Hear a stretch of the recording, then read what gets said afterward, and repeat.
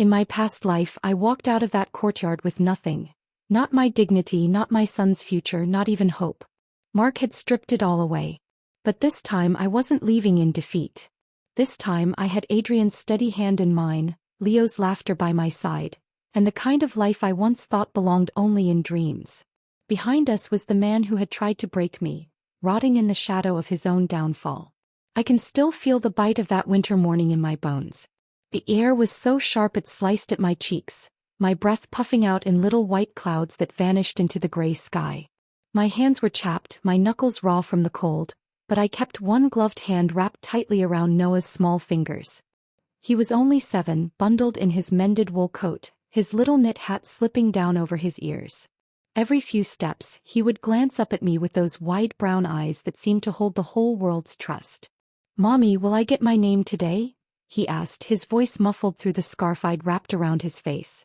I smiled at him, though the corners of my lips felt stiff. "Yes, baby. Today you'll be in the books just like everyone else. No one will be able to say you don't belong." Those words, how naive they sound to me now. I thought I was taking him into that building to secure his future, to place him firmly under his father's protection in the eyes of the law. I thought it would be a day of relief, a milestone that proved everything I'd endured while Mark was away had been worth it. The Civil Affairs Bureau was a squat, ugly building that always smelled faintly of damp paper and coal smoke. The woman behind the counter looked up only briefly when I approached. She was middle-aged, hair tightly pinned, eyes sharp in a way that made you feel as though she'd already decided your worth. I slid the documents across to her, careful not to smudge them with my cold reddened fingers. "For household registration," I said, straightening my back. She took her time flipping through the papers. Then her pen stopped mid-scratch. "Your husband's name is Mark Ellison?" she asked, her tone flat. "Yes," I said, my chin lifting just slightly. For years I had carried that name like armor. She didn't return my faint pride. Instead she gave me a look I couldn't quite read, half skeptical, half pitying. "Ma'am, according to the records, Mark Ellison's wife is already registered in the military district. Name is Sabrina Lowe." Took a second for the words to sink in. "I'm sorry," I said slowly. "There must be some mistake. I am his wife. We were married 8 years ago. I have our marriage certificate." She set her pen down. "This is what the system shows. Sabrina Lowe, spouse of Mark Ellison. And," she glanced at another file, "her son Cole Lowe is listed under his name as well." The floor seemed to tilt under me. My stomach dropped, my vision narrowing until all I could see was her impassive face. "Her son," I echoed, my voice catching.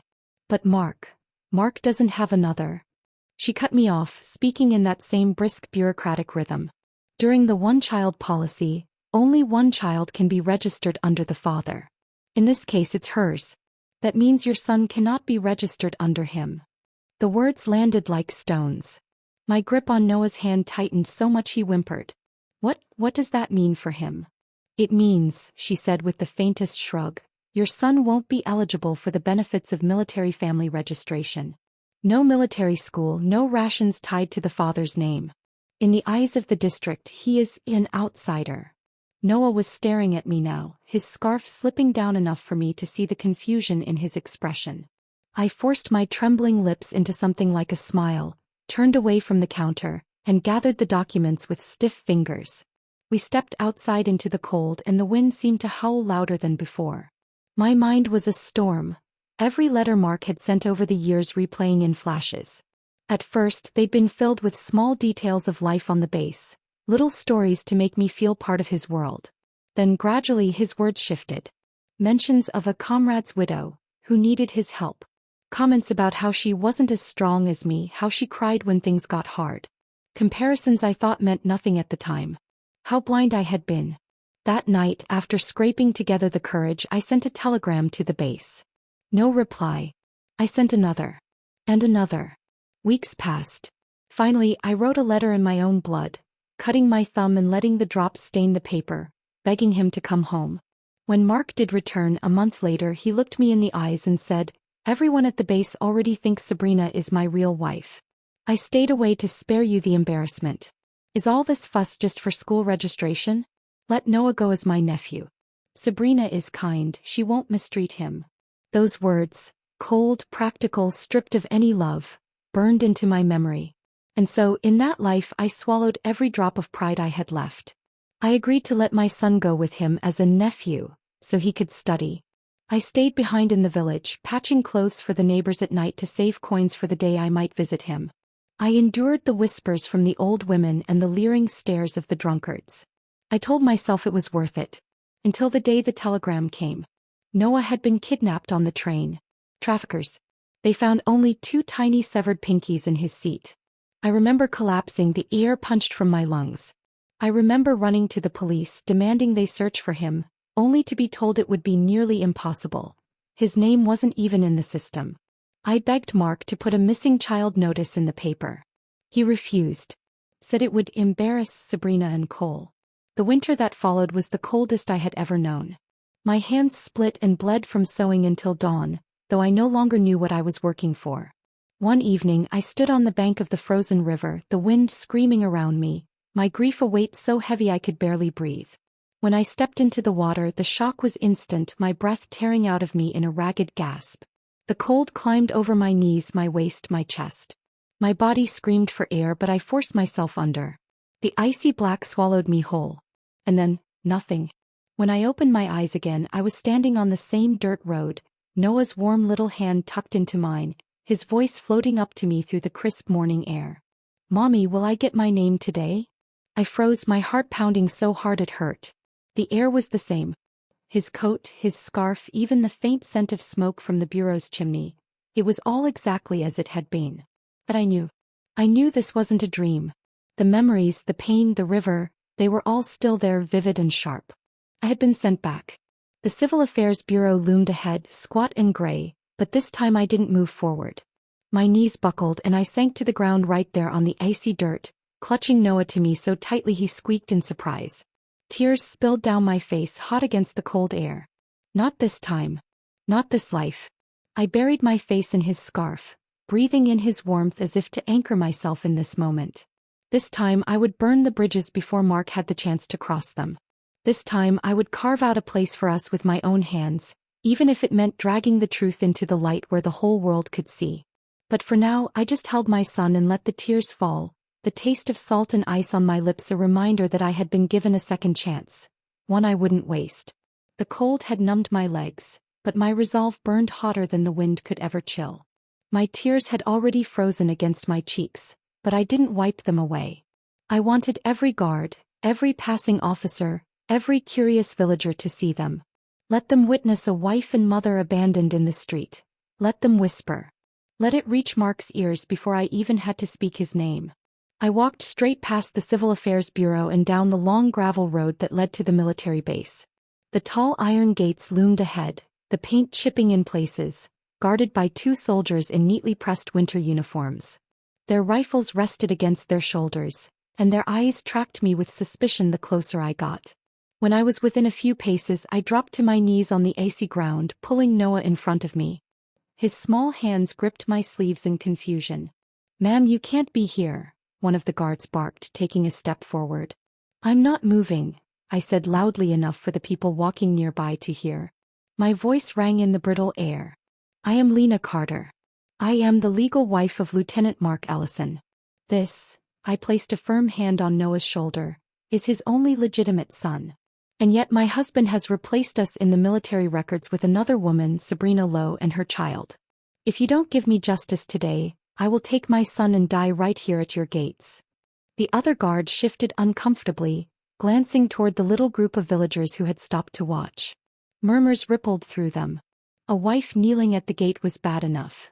The mention of another woman was practically an invitation for scandal to spread like wildfire. "Ma'am," the first guard began again, but I cut him off. "Go inside and tell your commanding officer," I said, my voice cracking deliberately, "that Mark Ellison is committing bigamy, that he's abandoned his wife and child, and that I will not leave until I am heard." They didn't move right away, but neither did I. The wind whipped at my scarf, and the gravel under my knees bit into my skin through my thin skirt. Noah shifted restlessly beside me, not understanding the weight of the moment, but sensing my tension. One of the guards finally muttered, "I'll see what I can do," and disappeared through the gates. I stayed where I was for nearly half an hour, the crowd swelling and dispersing in waves as people came to see the spectacle. Finally the guard returned looking irritated. "They'll take note of your claim," he said stiffly, "but this is a matter for the Civil Affairs Bureau or the police." Fine. If they wanted me to make more noise, I would. I took Noah's hand and marched straight to the police station, which sat only a short distance from the bureau. Inside, the heat from the coal stove made the air heavy and smoky. A young officer behind the counter looked up from his ledger as I stormed in. "Officer," I began, slamming my marriage certificate down on the desk, "you have to help me. My husband, Mark Ellison, has taken another wife behind my back. I am his legal spouse, but my son cannot even get proper household registration because of her. If you don't give me justice, I will take my son and die right here in your station. And if that happens, I promise you, there will be a scandal big enough to make the military sweat." The officer's eyes widened slightly at my bluntness. Behind him, a few of his colleagues looked up from their paperwork. "That's a serious accusation," he said cautiously. "Do you have proof?" I jabbed a finger at the marriage certificate. "That's my proof.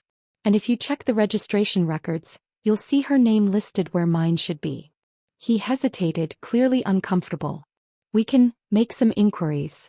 "Make them quickly," I snapped. "If you drag your feet, I'll go straight to the regional paper. Let's see how the public likes the story of a soldier who steals another man's widow, abandons his own family, and lies to the military about it." There was a tense silence.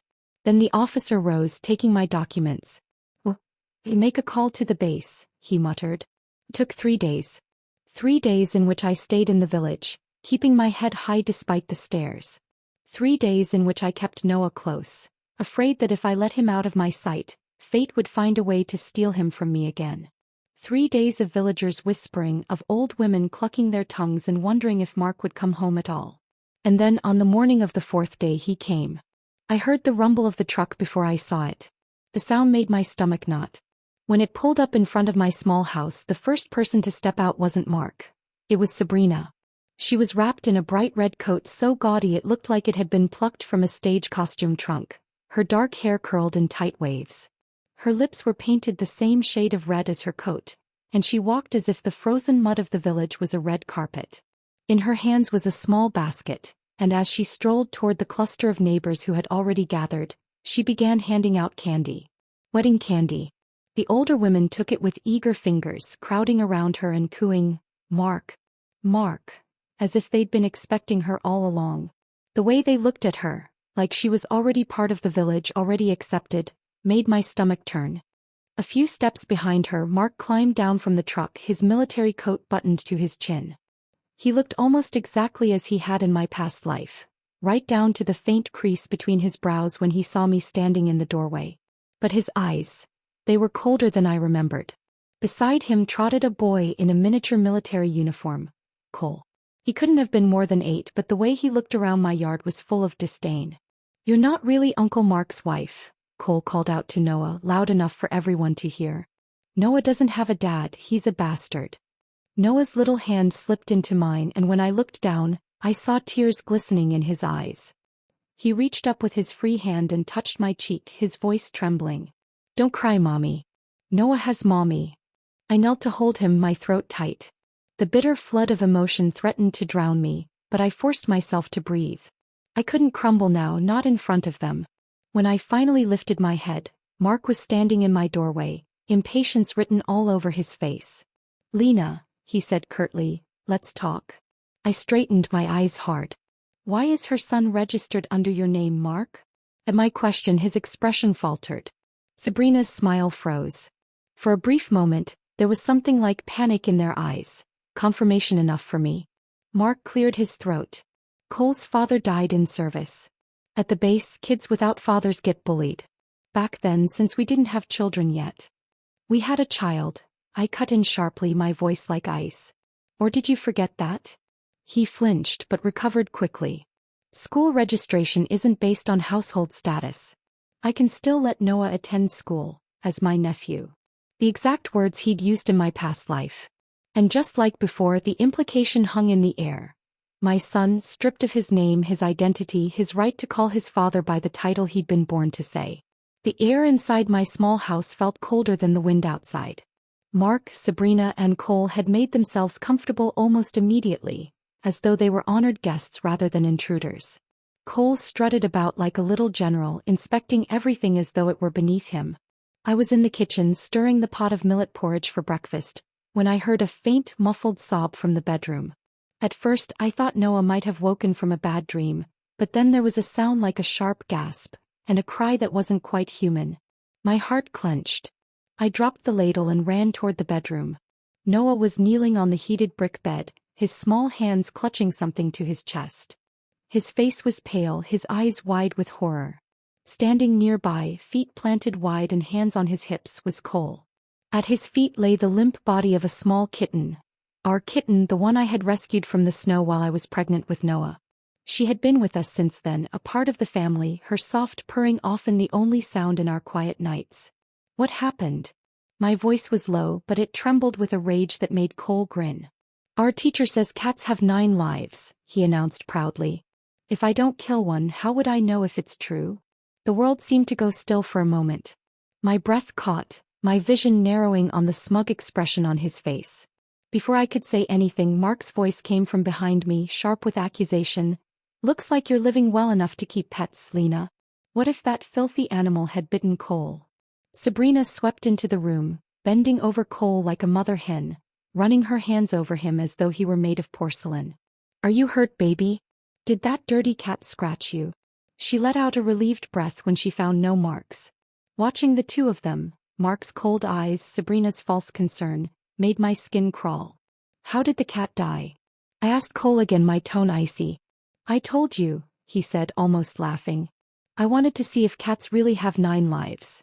And instead of the scolding he so desperately needed, Mark smiled faintly and said, he's got such a curious mind. He's going to be a brilliant scientist one day. My jaw tightened. I turned my gaze to Noah, who was now cradling the kitten's body in his arms, tears spilling down his cheeks. Big brother said I'm a bastard who came to steal his daddy, he sobbed. But I'm not stealing. I just want Mimi to be alive. Mark's expression darkened. So this is what your mother teaches you? Disrespecting your brother over a filthy animal? He stepped forward, his hand raised. The sound of the slap echoed through the small room, and for a moment I couldn't breathe. Noah's head snapped to the side, his cheek blooming red. That's enough. I stepped in front of my son, shoving Mark back with both hands. My voice was steel even as my heart thundered. When a child misbehaves, it's the father's failure. You've never taught my son a single thing. What gives you the right to hit him? And you know very well whether he said those things about Cole or not. Sabrina's face had gone pale. Mark's eyes narrowed, but I didn't care. I wrapped Noah in a blanket, scooped him up and walked out into the snow without another word. It was snowing hard, thick flakes drifting lazily from the gray sky. The cold gnawed at my skin, but my anger kept me moving. Most of the villagers had long been in Mark's father's debt, and when I asked for a ride, they turned away with mumbled excuses. So I walked step by step, my arms tightening around Noah with every crunch of the frozen ground beneath my boots. By the time we reached the hospital, my legs felt like lead, but I refused to falter. The doctor took one look at Noah's cheek and frowned. No matter what he did, you shouldn't hit a child like this, he said sharply, cleaning the skin with iodine. Any harder and this could have left a scar. Tears welled in my eyes. I'm sorry, I whispered to Noah, my voice breaking. I'm so sorry. He reached up, his small hand brushing my sleeve. Don't cry, Mommy. Noah's not hurt. It's my fault. I made Daddy mad as soon as he came home. Mommy, is Daddy going to leave again? If Daddy stayed, you wouldn't have to work so hard anymore, right? The way he said it, soft, hopeful, almost pleading, broke something in me. He already knew. He had already pieced together the truth that Mark was his father, and he thought it was his own fault that the man kept his distance. I pulled him close, resting my forehead against his. You're a good boy, Noah. The man who hit you isn't your dad. Your real father is a hero who protects our country. Mommy would never lie to you. His eyes searched mine, and for a moment I thought he might ask more, but instead he just leaned into my embrace. The next morning when we returned home, Mark and Sabrina were still lounging on the heated bed, as if nothing had happened. Mark glanced at me and snorted. Look who's back. Rachel's a guest here. Shouldn't you be making breakfast? I didn't answer. Instead, I went to the yard and caught the last old hen we had. If they were going to eat under my roof, it would be on my terms. I plucked and cleaned it, simmering it with mushrooms until the rich scent filled the room. When the meal was nearly ready, Sabrina rose from the bed, stretching languidly. Lena, why didn't you ask me to help? You're too polite. You even made chicken for me. Mark nodded approvingly. That's more like it. Be more accommodating with Sabrina and we'll all get along just fine. Inside, I laughed bitterly. Outwardly, I said nothing, just ladled the stew into bowls. I called Noah over and placed a plump drumstick in his bowl. Before he could even pick it up, Mark's chopsticks darted in, plucking it out and placing it in Sabrina's bowl. You're not in good health. Eat the drumstick to build your strength. He reached for the second drumstick, but I was faster. I slid it into Noah's bowl and said firmly, Noah's hurt. He needs meat to heal. Cole's hand shot out, snatching it away. That drumstick's mine. You're just a little bastard, you don't get to eat it. Mark didn't stop him. In fact, there was approval in his eyes, as if he were proud of Cole's boldness. Something inside me snapped. I slapped Cole across the face hard enough to make the room go silent. Since you two won't raise him properly, I'll do it for you, I said coldly. Cole burst into wails. Dad. Mom. She hit me. Sabrina rushed to his side, glaring at me. If you've got a problem with me, fine. But why take it out on a child? He's still young, he doesn't know better. Mark stood, his face twisted with anger. So all that was fake, huh? I thought you'd finally come to your senses, but this is what we came back to. Since you don't know how to get along with Sabrina and her son, then forget about Noah going to the military school. His words were meant to wound, but all they did was fuel the fire inside me. If he thought his threats would make me kneel, he'd forgotten who he was dealing with. 3 days. That's how long I waited after Mark's threat before making my next move. 3 days of silence from him, 3 days of Sabrina's self-satisfied smirks, and 3 days of Noah walking around the house with downcast eyes, still flinching every time Mark moved too quickly. By the third night, I couldn't sleep. I lay on the heated brick bed, staring into the dark, listening to Noah's soft breathing beside me. My mind kept circling the same thought. Staying here would kill us, not in one swift blow but slowly, piece by piece, until there was nothing left. I decided before dawn broke. We were leaving. The journey to the military district was long and bitterly cold. The train windows were clouded with frost, the seats hard and unforgiving, but Noah sat quietly beside me, his small hands clutching the school bag I had sewn for him last year. I'd mended it so many times it was more patchwork than fabric, but he treated it as though it were new. Every jolt of the train made my heart beat faster. In my past life, this was the journey that had stolen him from me. I kept my arm around his shoulders the entire time, my eyes darting to the door at every stop. No one was taking him from me again. When we finally arrived, the military base loomed ahead like a fortress. Tall gates, imposing walls, and the faint glint of barbed wire. Uniformed soldiers moved briskly in and out, their boots striking the ground in unison. The air smelled faintly of oil and iron. I approached the gate, Noah holding my hand tightly. A young guard with a square jaw and a permanent scowl stepped forward. "State your business," he said without looking directly at me. "I'm here to see my husband, Lieutenant Mark Ellison," I replied. At that, his head tilted slightly, his lips curling in a mocking half-smile. "You must be joking. Everyone knows Lieutenant Ellison's wife is Sabrina Lowe. If you're going to lie, at least come up with a believable name." My pulse spiked, but I kept my voice steady. "I have our marriage certificate." I pulled it from my bag, the paper worn and creased from years of being folded and refolded. He took it, glanced at it with a sneer, then turned toward the small booth at the side of the gate. "Reporting. Lieutenant Ellison's ex-wife from the countryside is here causing trouble."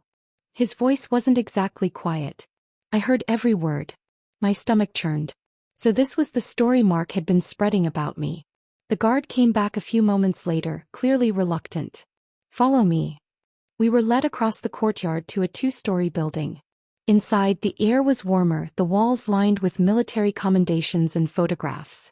At the end of the hall, a door opened to reveal a woman in uniform. She was in her late 30s, her posture sharp as a blade, her eyes keen and assessing. Before I could stop myself, I dropped to my knees right there in the doorway.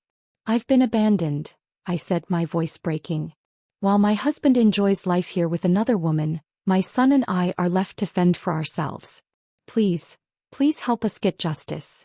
Her expression shifted from mild curiosity to something harder, sharper. She stepped aside and motioned for us to come in. "Tell me everything," she said, her tone clipped but not unkind. I didn't waste time. I told her about the registration, about Sabrina's child being listed under Mark's name, about Noah being labeled as his nephew. I told her about the kitten, about the slap, about the years of neglect. When I finished, I pulled Noah forward and showed her his hands, small, rough, and scarred from years of helping me gather firewood. Then I lifted his shirt to reveal the fading bruises on his back, left by the village boys who had bullied him relentlessly. The officer's jaw tightened. "And you?" she asked. I hesitated, then lifted my own shirt just enough to reveal the twisted scar across my stomach. The mark left when I had been forced to deliver Noah myself because the local hospital had no surgeon available for a C-section. Then I rolled up my pant leg to show the burned scars where a village thug had shoved me into a stove while I fought off his assault. For a moment the officer's eyes softened. And I knew it wasn't pity I saw, it was recognition. She'd seen hardship before. "What do you want exactly?" she asked. I took a deep breath. "A divorce from Mark Ellison. Compensation if possible. And," I hesitated but pushed forward, "help finding a good match within the organization after my divorce. I am willing to let my son take my new husband's surname if it means giving him a real family." She studied me for a long moment then nodded. "I can arrange that." That afternoon she had me and Noah temporarily settled into a small courtyard house on the base. The very house Mark had been living in with Sabrina. The bathroom was built of neatly stacked bricks, the well in the yard clean and full. In the center of the living room hung a large family portrait of Mark, Sabrina, and Cole. I took one look at it then turned it to face the wall. That night Noah and I slept in the guest room. It was the first time in years I'd felt truly warm. The very next day the officer notified me that Noah was now officially allowed to attend school on the base, like any other child. She had also arranged a position for me as a seamstress in the base's uniform repair unit. A steady job with regular pay. Took Mark more than half his life to fail at these things. It took me 2 days to succeed once I stopped waiting for him. When I bought fabric from the market to sew Noah a brand new school bag, I thought of all the mornings he'd gone without breakfast so I could save money for the chance to visit him in my last life. I thought of the old scraps he'd used as books covers to hide the fact that he had no proper satchel. This time I promised myself, no one would make my son feel less than any other child. By the third morning on the base I had already begun to feel the shift. The icy stares I'd braced myself for never came. Instead, the other women in the sewing unit offered me warm nods, even small smiles. Noah came home from school each afternoon with a light in his eyes I hadn't seen in years. But I knew this peace wouldn't last. Mark hadn't returned yet, but word of my arrival must have already reached him. That morning a knock sounded at the courtyard gate. I opened it to find a tall man in an immaculate green uniform standing there. His posture was ramrod straight, his face sharply cut, the kind that belonged on recruitment posters. "Ma'am," he said, snapping a crisp salute, "Deputy Commander Adrian Cole, Unit X. The organization sent me as your assigned match." For a heartbeat I just stared. So this was the man they'd chosen. I stepped aside to let him in, unsure what to say. Before I could find words, 2 sharp voices rang out from the gate. "What are you doing at my house?" I didn't need to look to know who they belonged to. Sabrina's voice was thin and high, like a flute playing out of tune. Mark's was lower, but laced with the same cold authority he always used when he wanted to put me in my place. They swept into the courtyard as if they still owned it. Sabrina's eyes widened theatrically when she saw me. "Lena, you haven't been back home for a while. We were so worried about you. Who would have thought we'd run into you here?" She tilted her head toward Adrian, her smile too sweet. "I wonder if Lena's paid any visits to the commander's wife while we were gone. What exactly did you two talk about?" I saw Mark's jaw tighten at her words. But what made his eyes truly darken was when Adrian straightened and said casually, "I'm here as part of the matchmaking arrangement approved by the commander." Mark's gaze snapped to me. "What did you say to the commander?" I didn't flinch. "I asked for my son to be allowed to attend school on base. And," I added, letting the words hang in the air, "I asked for help filing for a divorce." The color drained from his face. For all his devotion to Sabrina, the idea of an actual divorce had clearly never crossed his mind. I could see the calculations churning behind his eyes, the potential loss of Sabrina's widow status, the gossip, the career risk. He stepped closer, lowering his voice as though the proximity might sway me. I know you've been through a lot, Lena, but don't throw around words like divorce. Be reasonable. You and Noah should head back to the village for now. I'll handle everything. I smiled, but it didn't reach my eyes. You don't want a divorce? Fine. Move my household registration here to the military district. The three of us can finally live together properly. Sabrina's face went paper white. Her eyes shimmered with unshed tears as she turned to Mark, silently accusing him of betrayal without speaking a word. Mark's mouth tightened. He was caught, trapped between the woman who secured his standing and the wife who could ruin him. The military was downsizing and he needed every advantage to keep his position. Losing Sabrina's status wasn't something he could afford. With a hardened look, he grabbed my arm. You're leaving on the train tonight. Take Noah with you. He grew up in the village, he'll never be as outstanding as Cole. Keeping him here will only embarrass both of us. I didn't move. Let go. That was when Noah came back from school, his cheeks flushed from the cold. He stopped dead when he saw Mark's hand on me, his new school bag slipping from his fingers to the ground. His eyes filled with tears, but he bit them back, standing straighter as if to make himself bigger. I'll study hard, Mommy, he said fiercely. I'll make you proud. Don't let him send me away. Mark ignored him, tugging at my arm again, and that's when Adrian stepped forward. His voice was calm but carried an unmistakable edge. Lieutenant Allison, he said, stepping between us, where exactly do you think you're taking my matchmaking candidate? Mark's eyes burned. We're not even divorced yet and you're already going on blind dates? You shameless village.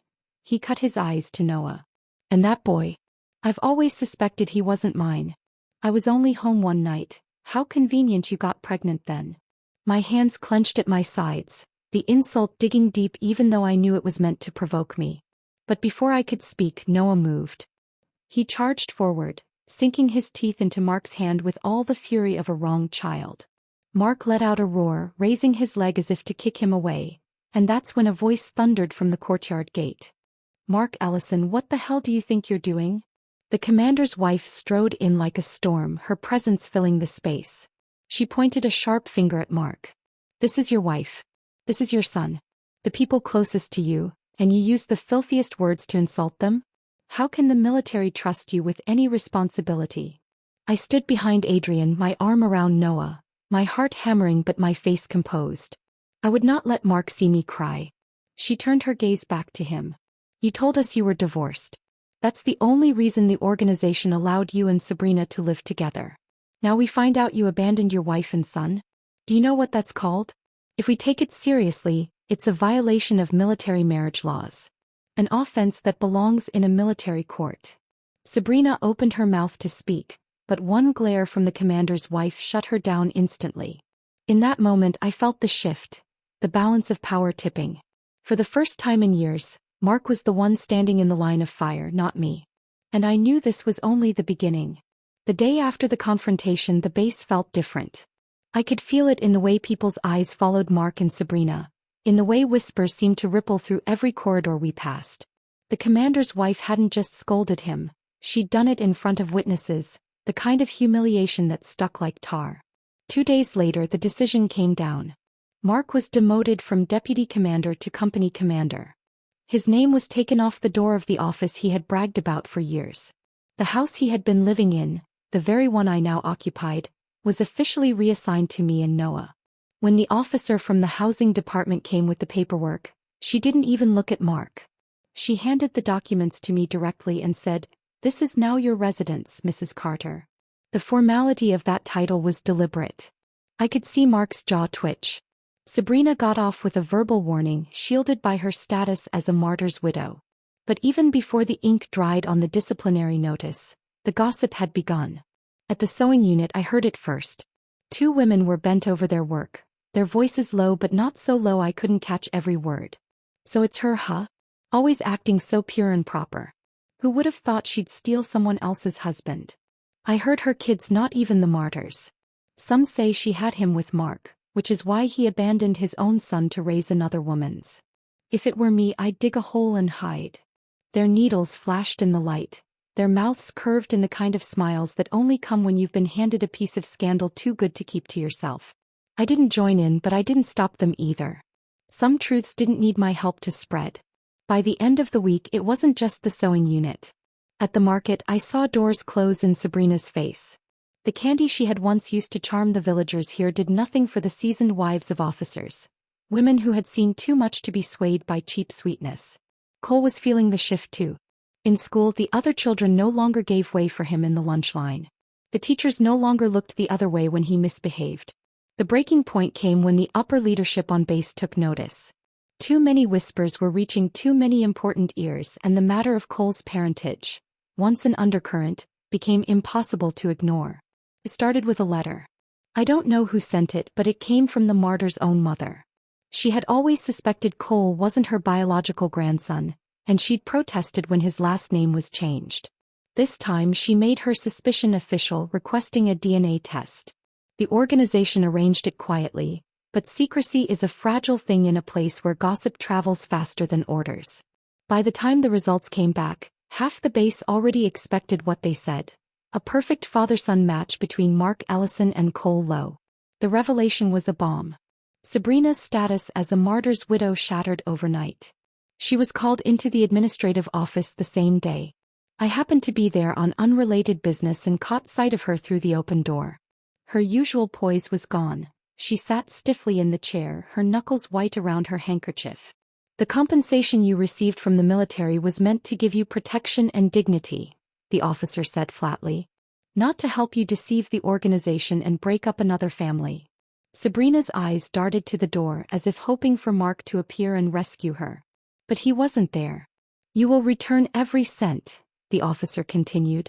And as you no longer hold the status of a martyr's widow, you will vacate your position immediately. Her lips trembled. I have nowhere to go.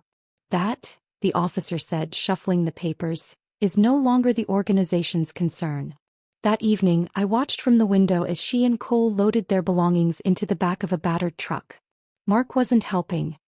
He stood to the side, his face set in a mask that might have been indifference or quiet relief. When Sabrina climbed into the passenger seat, our eyes met for the briefest moment. Hers were full of something I couldn't quite name. Not remorse, not exactly hatred, but the hollow look of someone who had realized too late that the game was over. The truck rolled away, carrying them back to the countryside I knew all too well. I could picture it already. The small, drafty house with its cracked walls. The wild greens growing in the yard because nothing else could survive there. The gossip would meet them before they even unpacked. Cole, once the little prince of the base, would be just another bastard for the village children to torment. Some part of me, the part that had once been soft enough to pity her, wondered if she'd survive it. The rest of me didn't care. In the days that followed, I settled more comfortably into my new reality. Noah went to school each morning with his head high, his new school bag slung proudly over his shoulder. I worked in the sewing unit, earning enough not just to keep us fed but to put away a little each week. It was during one of these quiet afternoons that the officer who had first helped me came by. She had a faint smile when she said, "Lena, about that matchmaking request. We think we've found someone suitable. But I believe you've already met him." I didn't need her to say the name. My mind went immediately to the tall man in the immaculate green uniform, the one who had stepped between me and Mark like a wall that couldn't be moved. "Adrian Cole," she confirmed. "He spoke very highly of you. Said you had courage and that you're the kind of woman who doesn't break when pushed." I felt an unexpected warmth in my chest. For years I had been measured by how quiet I could be, how much I could endure without complaint. Now I was being seen for my defiance and valued for it. I thought of the way Adrian had looked at me during that first confrontation, not with pity but with respect. And I remembered the quiet strength in his voice when he'd called me my matchmaking candidate in front of Mark. "Tell him," I said slowly, "that I'll consider it." And I meant it. Winter had begun to loosen its grip on the base. The snow was melting into muddy rivulets along the courtyard walls, and the air carried that faint damp scent that meant spring was thinking of arriving. I was at the sewing table when Adrian knocked on my door again. It wasn't the crisp, official knock of a deputy commander on duty. It was softer, more tentative. When I opened the door, he stood there in his uniform, but his cap was tucked under one arm, and his hair was slightly wind-blown. "Do you have a minute?" he asked.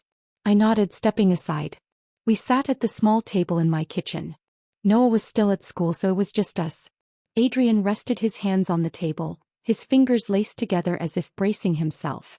"I should tell you something before this goes any further," he began, his voice low but steady. "During a mission a few years back, I was injured. Badly. The doctor saved my life, but I'll never be able to have children." I blinked, surprised by the bluntness of the confession. "At first," he continued, "when I agreed to the matchmaking, it was because I knew you were willing to let your son take another man's surname. I thought maybe we could give each other what the other needed. But then I saw you, how you've fought for him, how you've kept your dignity in a place designed to grind people down. And I realized it wasn't just about needing a wife. I want you. I admire you, Lena. And I promise if you'll have me, I'll treat Noah as my own son for the rest of my life." His eyes met mine, and for once I didn't look away. This wasn't Mark's smooth charm, all surface and no substance. This was steady, quiet sincerity. I thought of the years I'd spent begging for scraps of affection, of the way Mark had treated my son like a burden. And here was a man offering not just his name but his whole heart. "Yes," I said simply. The wedding was small, but for the first time in my life, I felt no shame standing beside my husband. No, Leo wore the new name proudly. Adrian had suggested it, saying it meant soaring to the skies, and I had agreed immediately. It erased the shadow of the name Mark had given him, the one that had always carried the weight of being unwanted. At the ceremony, Adrian's parents wept openly when we bowed to them. 70 years we've waited for a grandson," his mother said, pulling Leo into her arms. "Now we have him." Mark showed up 2 weeks later. I saw him standing outside the courtyard wall, his posture slouched, his uniform rumpled. It was a shock, not the sight of him but the state of him. The man who had once strutted through life with his chest puffed out now looked like he was folding inward. "Can I come in?" he asked. I didn't answer, just stood with my arms crossed. He rubbed his hands together, eyes flicking toward the house. "I just want to see my son. I heard he's calling the commander's wife his godmother now." His voice caught and I saw the greed behind the words. He didn't want to see Leo out of love. He wanted proximity to the protection Leo now had. "No," I said flatly. His face darkened. "I'm still his biological father." I raised an eyebrow. "And how has that benefited him?" Mark's jaw clenched. "Things haven't been easy for me lately. You think I like seeing everyone look down on me while you all live the good life? What's wrong with helping me out a little?" I leaned against the doorway. "Is the perfect marriage you fought so hard for not making you happy?" That hit. His face went pale. He told me, almost in a rush, that Sabrina had left him. "She was useless in the countryside," he muttered. "Started sneaking around with some local official. Took whatever money we had left and ran." "And Cole?" I asked, though I already felt the answer coming like a stone in my stomach. Mark hesitated. "I was gone on assignment. By the time I got back, he'd died. Malnutrition. No one noticed until it was too late." For a moment the air between us was thick with things unsaid. Once that story might have broken me with pity. But not anymore. "Go," I said. That was when Adrian stepped out from behind me. I hadn't heard him come in from the back, but he'd clearly caught enough of the conversation. He moved to stand beside me, his presence solid and immovable. "Mark Ellison," he said evenly, "Leo Cole is my son now. He has nothing to do with you. My parents waited nearly 70 years for a grandson. If you even think about trying to take him from us, they'll fight you to the end." Mark's shoulders sagged. For all his bluster, he'd always worshipped power and backed down when faced with someone stronger. He looked between us, then turned and walked away without another word. Word spread quickly about Mark's visit. It didn't help his situation. Already stripped of rank, he was now angling for a transfer into a civilian position. He got one as a clerk in a small local office, but the irony was bitter. His new boss had once been his subordinate. And that wasn't the worst of it. Years earlier, when Cole was still in school, he had gotten into a fight that left his boss's son injured. Back then, Mark had brushed it off as boys being boys, and refused to apologize. Now that same father was in a position to make Mark's days as unpleasant as possible. I heard from someone on the base that he was being given the most menial tasks, that he sat at a desk stacked high with paperwork no one wanted to touch. The man who once lorded his rank over everyone now fetched tea for others. And every time I thought of it I felt nothing. Not satisfaction, not glee, just the quiet certainty that the wheel had turned, and it had crushed exactly who it was meant to. By spring Leo was thriving. Adrian was strict but fair, teaching him discipline without cruelty. He had friends at school, teachers who encouraged him, and a home where he was wanted. One evening as I watched them practicing drills in the courtyard, Leo laughing when Adrian pretended to miss a block, I realized I no longer thought of my life in terms of survival. For the first time I was living. Mark.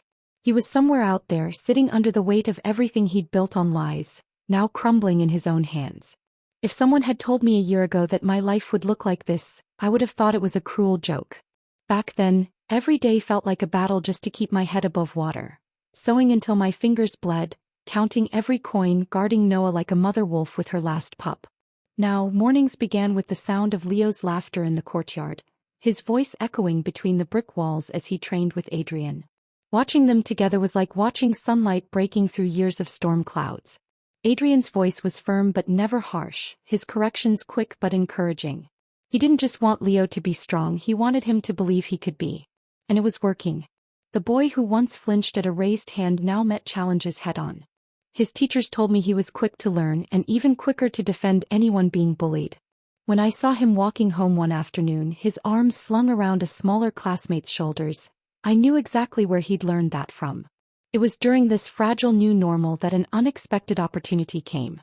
Adrian came home one evening, his uniform dusted with the day's work, a stack of files tucked under his arm. "There's been a development," he said, placing them on the table.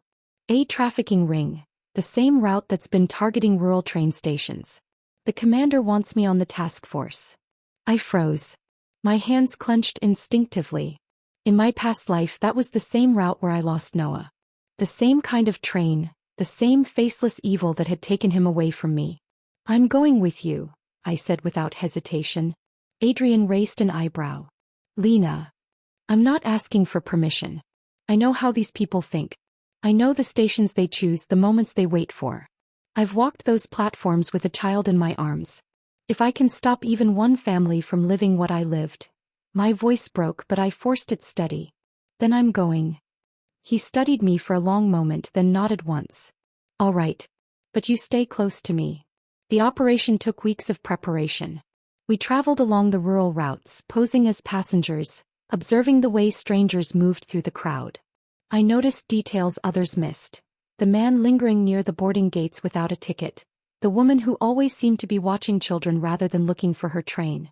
The day we moved in, the air was heavy with anticipation. I stood on the platform in a worn coat, a basket in my hands, Adrian a few paces away. My heart pounded as I watched a pair of men approach a little girl sitting alone on a bench. "Ma'am, is this your child?" one of them asked me, pretending concern. "No," I said loud enough for our signal to carry. In seconds, officers swarmed from every direction. The men tried to run but they didn't get far. More arrests followed in rapid succession. A woman with forged documents, a man with a bag full of stolen ID cards. By the end of the day we had dismantled the entire network. The faces of the rescued children, frightened, bewildered but alive, were seared into my memory. As I knelt to speak to one little boy no older than Leo, I felt an ache deep in my chest. In another life my son might have been one of them, staring up at strangers with no idea if his mother was still out there searching. That night, back at the base, I stepped outside and looked up at the cold, clear sky. "We did it," I whispered, not just to Adrian but to the ghost of the woman I had been. The operation's success propelled Adrian's career forward. Within weeks he was promoted and reassigned to the capital. The position came with better pay, better housing and, most importantly, better schools for Leo. When Adrian told me, I felt a rush of emotions. Pride, excitement, and an unexpected tug of sadness. I walked through our courtyard that evening, my fingers trailing along the rough brick of the walls. This place had been my shelter when I had nothing else. Within these walls I'd watched my son's shoulders straighten, heard his laughter return, felt my own spine stiffen in ways I'd thought impossible. But life moves forward, and I had promised myself I would never again cling to a place out of fear of the unknown. Packing took days. Every item I touched carried a memory. The school bag I'd sewn for Leo, now replaced by a newer one but kept carefully on a shelf. The chipped teacups I'd bought with my first sewing unit wages. The curtain I'd mended one late night when the wind kept tearing it loose. On our last morning, I stood in the doorway and looked out at the courtyard one final time. The winter frost had melted, leaving small patches of green pushing up between the stones. Life, persistent and stubborn just like us. "Mom." Leo's voice called from the gate. "Honey, hurry. The train's about to leave." Adrian's deeper tone followed, a smile in his voice. I turned the key in the lock and stepped into the sunlight. Adrian was waiting with our bags, Leo bouncing beside him. I slipped my hand into Adrian's and let Leo grab my other hand, the three of us walking in step toward the station. As the train pulled away from the platform, I watched the landscape blur past. Fields giving way to towns, towns to distant hills. Every mile we traveled felt like another thread snapping between me and the life I'd once been trapped in. I thought of Mark, still in that small civilian office, fetching tea for the same men he used to look down on. I thought of Sabrina, back in the countryside, her beauty wasted on fields and gossip. And I thought of the version of me who had once believed she had no choice but to endure. She was gone. In her place was a woman who had fought for her son's name, who had stood her ground at the gates of the military, who had built a new life from the ashes of the old. I glanced at Adrian, his profile calm and steady as he looked out the window, and at Leo, who was grinning at something in a book he was reading. From here on out I thought it would all be good days. The end.